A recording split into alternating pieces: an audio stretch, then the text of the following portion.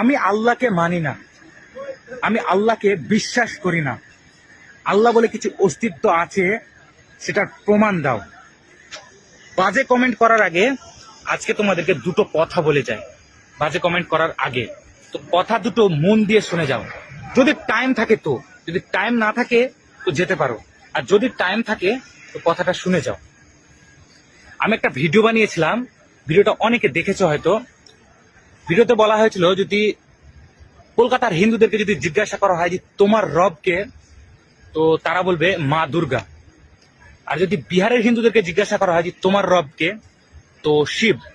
আর যদি মুম্বাইয়ের হিন্দুদেরকে জিজ্ঞাসা করা হয় যে তোমার রবকে, তো তারা বলবে গণেশ। আর নেপালের হিন্দুদেরকে যদি জিজ্ঞাসা করা হয় যে তোমার রবকে, তো তারা বলবে পশুপতিনাথ।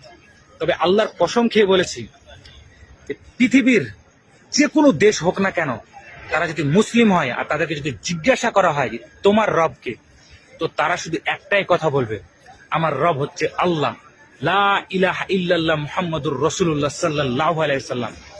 এবার মেন পয়েন্টে আসি। আমি আল্লাহকে মানি না, আমি আল্লাহকে বিশ্বাস করি না, আমি আল্লাহকে ভরসা করি না। এইরকম করে একটা হিন্দু ছেলে আমাকে কমেন্ট করেছে ভিডিওতে, ওই ভিডিওটাই যে ভিডিওটাতে আমার 1 লাখ ভিউ এসেছে, অনেকগুলো কমেন্ট এসেছে। তো একটা হিন্দু ছেলে আমাকে কমেন্ট করেছে যে আমি আল্লাহকে মানি না, আমি আল্লাহকে বিশ্বাস করি না। তো দেখ ভাই, তোকেই বলছি, শোন, সেই হিন্দু ছেলেটাকে, তুই মানিস না তাতে আমাদের কোনো যায় আসে না। আমাদের মতো লাখ লাখ কোটি কোটি মানুষ আছে যারা আল্লাহকে মানে, আল্লাহকে বিশ্বাস করে। আর পেছনে যে বাড়িটা দেখতে পাচ্ছিস, এটা হচ্ছে আমাদের নবীজির বাড়ি, আমাদের শেষ নবী হযরত মুহাম্মদ সাল্লাল্লাহু আলাইহি ওয়াসাল্লাম, দুনিয়ার সর্বশ্রেষ্ঠ ভালো মানুষ। গুগলে গিয়ে সার্চ করে দেখিস যে মানুষটা কি ছিল, আর সেটা আমাদের পয়গাম্বার ছিল।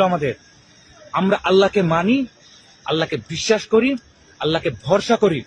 তোরা মানিস না তাতে আমাদের কোনো যায় আসে না।